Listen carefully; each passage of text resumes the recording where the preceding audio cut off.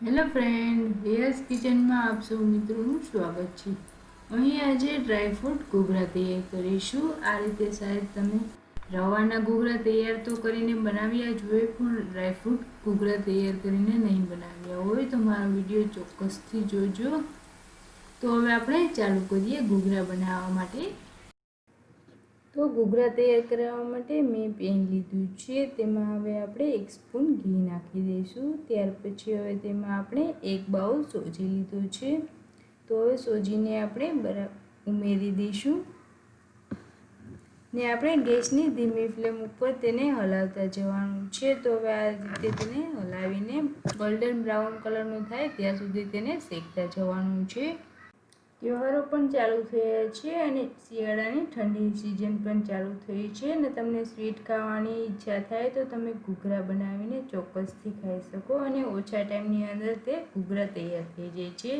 તો હવે તેને આપણે ગોલ્ડન બ્રાઉન કલરનો થાય ત્યાં સુધી તેને હવે શેકતા જઈશું। તો તમે જોઈ શકો છો અહીં આપણો લોટ શેકાવા લાગ્યો છે। હવે અહીં આપણે ગેસની ફ્લેમ બંધ કરી દઈશું ને તેને નીચે ઉતારી લઈશું।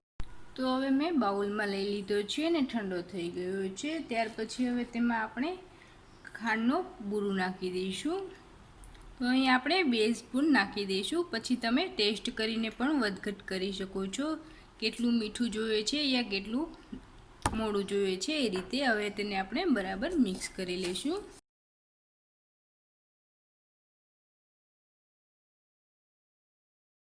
હવે મિક્સ થઈ ગયું છે, હવે તેમાં આપણે કોકોનટ પાવડર નાખી દઈશું।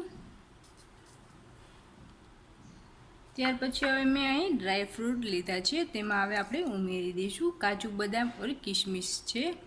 ત્યાર પછી હવે તેને આપણે બરાબર મિક્સ કરી લઈશું।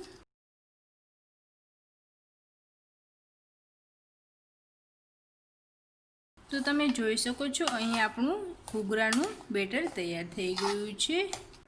હવે તેને આપણે સાઈડમાં રહેવા દઈશું ને મેંદાનો લોટ તૈયાર કરી લઈશું ઘૂઘરા બનાવવા માટેનો। હવે અહીં લોટ તૈયાર કરી લઈશું, તેના માટે મેં અહીં મેંદાનો લોટ લીધો છે। ત્યાર પછી હવે મોણ માટે 2 થી 3 સ્પૂન ઘી નાખીશું। તમે વધઘટ પણ કરી શકો છો, પણ અહીં આપણે મુઠ્ઠી પડતું મોણ નાખવાનું છે। હવે તેને આપણે બરાબર મિક્સ કરી લઈએ।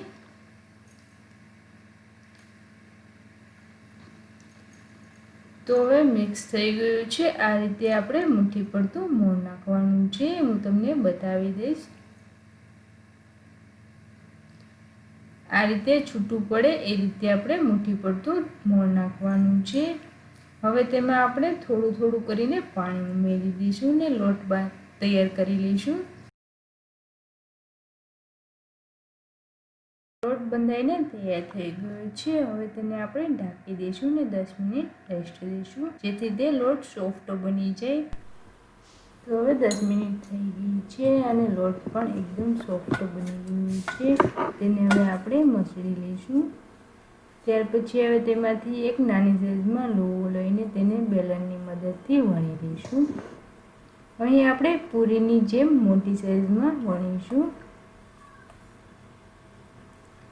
ત્યાર પછી હવે મારી પાસે મશીન છે, તેના ઉપર આપણે મશીન રાખીને ચેક કરી લઈશું કે આપણે આવડી સાઈઝની પૂરી તૈયાર કરવાની છે। તો હવે આપણી પૂરી બનીને તૈયાર થઈ ગઈ છે, તેના ઉપર હવે આપણે રાખી દઈશું।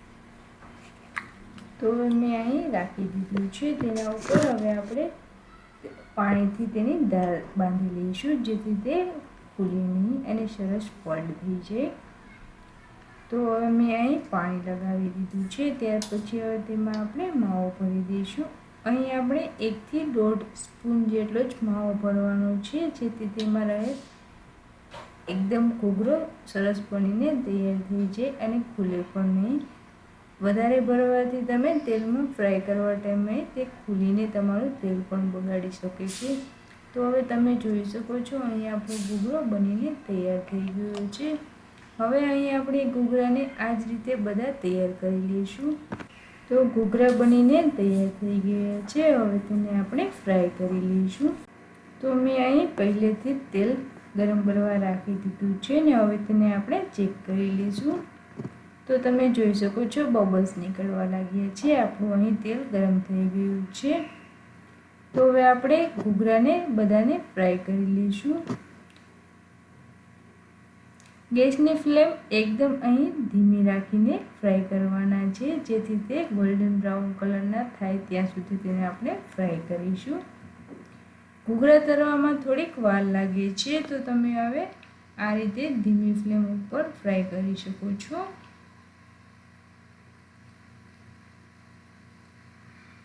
હવે તેને આપણે પલટાવતા જઈશું, જેથી તે બંને બાજુ તેની એકદમ ક્રિસ્પી તૈયાર થઈ જાય. તેને આપણે 2 થી 3 વાર પલટાવતા જવું, જેથી તે સરસ એકદમ ગોલ્ડન બ્રાઉન કલરના બની જાય. તો હવે તમે જોઈ શકો છો અહીં આપણા ગોલ્ડન બ્રાઉન કલરના ઘૂઘરા બનીને તૈયાર થઈ ગયા છે. હવે તેને આપણે એક પ્લેટમાં કાઢી લઈશું અને આ જ રીતે આપણે બધા ઘૂઘરા બનાવીને તૈયાર કરી લઈશું.